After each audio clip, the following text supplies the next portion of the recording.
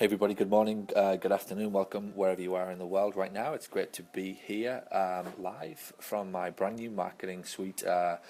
Ahead of or above the Paul Gough Physio Rooms is where I am right now. So my office, my marketing suite in the agency that I run, which helps great physical therapists, is conveniently located above the Paul Gough Physio Rooms. So this is my first check-in, my live check-in that I've done from my brand new office. And just before I finish, I'm going to give you a little tour around as well. So what I want to do today is just talk to you about why I think that success in business is a lot like winning a gold medal at the Olympics. So watching it at the weekend, and I love everything about the Olympics. I gravitate to places and things that are very inspirational, and I don't really have a love of any one sport or any particular sporting activity. What I love to do is just acknowledge and recognize the dedication, the hard work, the inspiration that comes from being around people who are doing extraordinary things that 99.9% of the world would never even consider doing, let alone get up to train for 4 years every single day. So and not get paid an awful lot of money for it, which is what I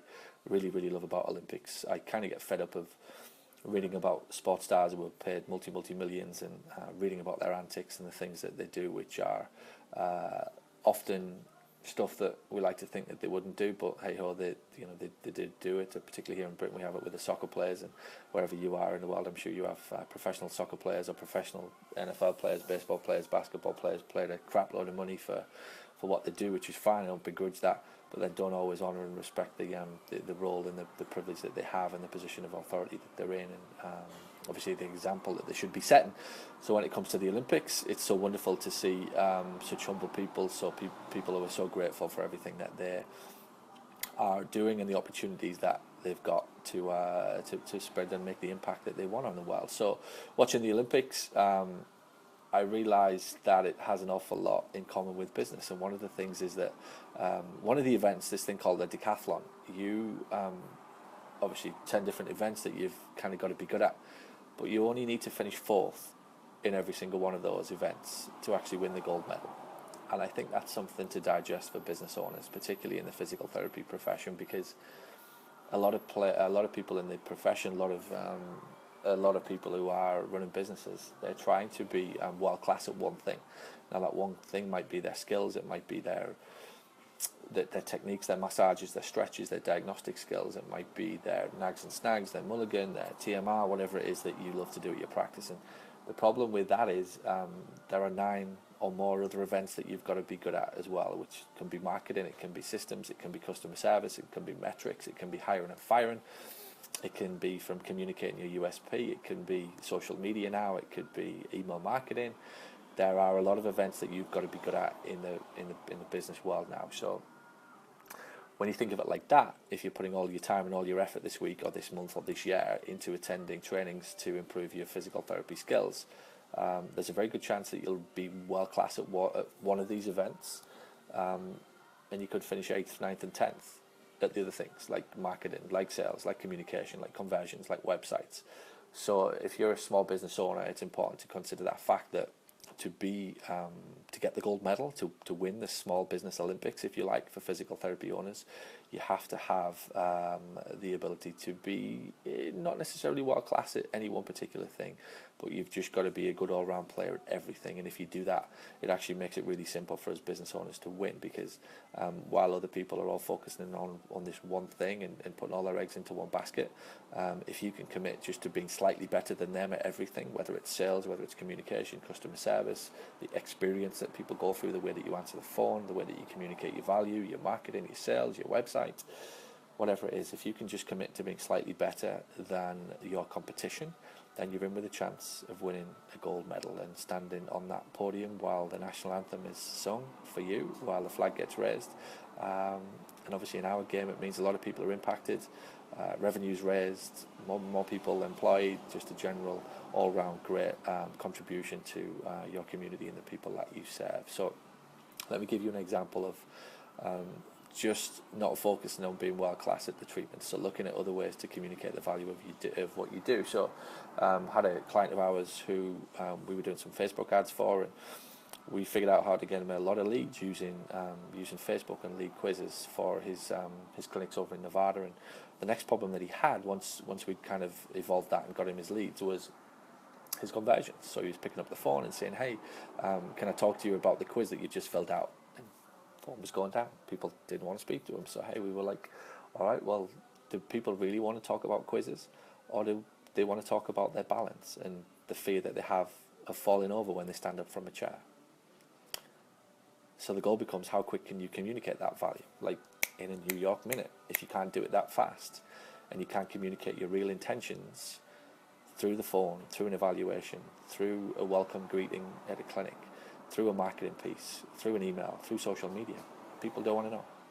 And in a world where attention is getting less and less and less, and more people are using social media to shout louder and using Facebook and YouTube and all this stuff, if you can't get your intentions across very, very quickly, you're going to lose to the guy that does. So my message to you today is that you don't need to put all of your eggs in one basket, and if you're focusing on being world class at one thing, there's a good chance that you're letting the other events in your practice slip. So it's actually a lot easier to win the race if you can be just slightly better than your competition at everything, rather than trying to be like the best in the world at one thing. That's cool. If you're not working for yourself and you're working in a big hospital system and you just need to focus on being a great practitioner, then that's great. You know, you got to go all in. But to win the race in business and to get that gold medal, there are a lot of things that you need to be good at. You need to be good at sales, at marketing, at conversions, at communication, at hiring, at firing, at metrics, creating USPs. Like, there are so many things for you to factor in. But the good news is you don't need to be world class at them all. You just need to be slightly better than your competition. And I promise you, given that most of your competition won't even be considering factoring in any of those other things, they're probably all just focused on trying to be world class at the tree, which is good, which is fine. I respect it, I appreciate it.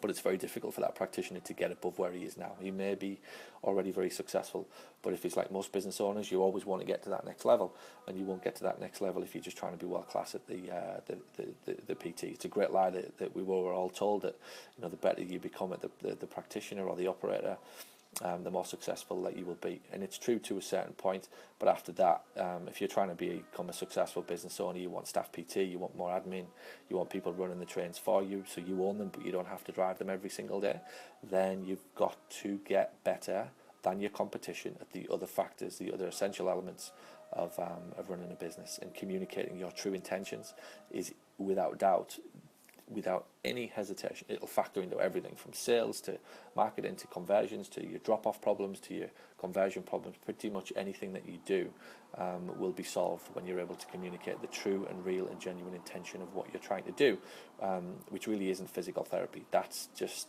the medium that we use to help people to be able to sleep better at night or work further for longer on a beach. So take that on board. If you have any questions, leave me them in the chat below. I'm happy to answer them for you. If you couldn't make this recording live, I appreciate that most people now will listen back to this later on in the day.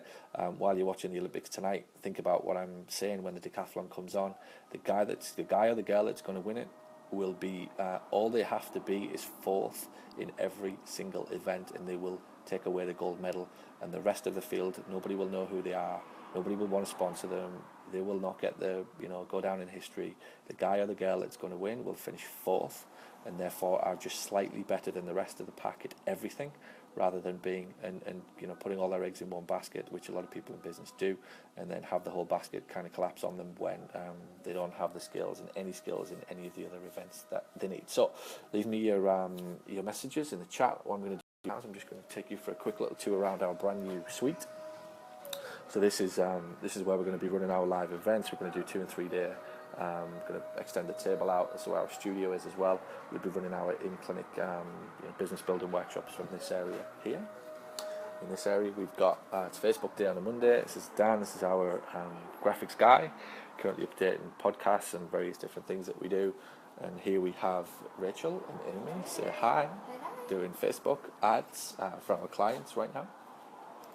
So who are we working on right now? So we're doing back pain quizzes. So we're working on David Wilderman. Nice, thank Oh, Stephen Dunn. Stephen Dunn. So Stephen, all the way from Austin, we working on his ads, setting up his stuff there for us today. So this is Amy. She's head of our strategy, and this is Rachel, who runs all of our digital stuff. She checks all the stats. She's the mathematical genius in the business, and we'll kind of take a look at all the Facebook ads that we're doing. Hey, there's me live, live on my own Facebook. The wonderful technology. That exists. So Rachel does and looks at all the stats and any improvements that we can make for Facebook ads. Tracy, nice to see you. How's Orlando? Looking forward to getting back there in November. And this is Amy. Amy is head of our client strategy, oversees everything that we do with Facebook, and we do that many Facebook ads for people now. We're pretty much devoting the entirety of Monday towards creating, updating, making more successful Facebook ads. Everything's inside of our Gmail account, and it's all go on a Monday. Dan's over here creating podcasts, I think, right now, and also working on workbooks for our Sell It Deserve class, which you can see there, which module number 2 kicks off on Thursday, with PTs from all across the world. So Dan's working on module number 2, the workbook, ahead of that, and podcast number 6 of the Physical Therapy Business Growth School, which you can get on iTunes. When's the new episode go on? Tuesday. New episode will go out on Tuesday, and depending upon when iTunes approve it, will be probably Thursday or Friday. Hopefully tomorrow. Hopefully tomorrow the new episode will be live. So there you go. And this is my office. This is pretty much where I do everything from now. Still finishing off a few little bits. Got a big launch coming up with a new course that we've got, so I'm busy planning that out on my board. One or two little things to finish off before we get the whole building completed. So that's it's a little check-in, and hopefully that's helped you. If you've got any questions, just feel free to leave me them in the chat, and I'll see you all really, really soon. Have a great day.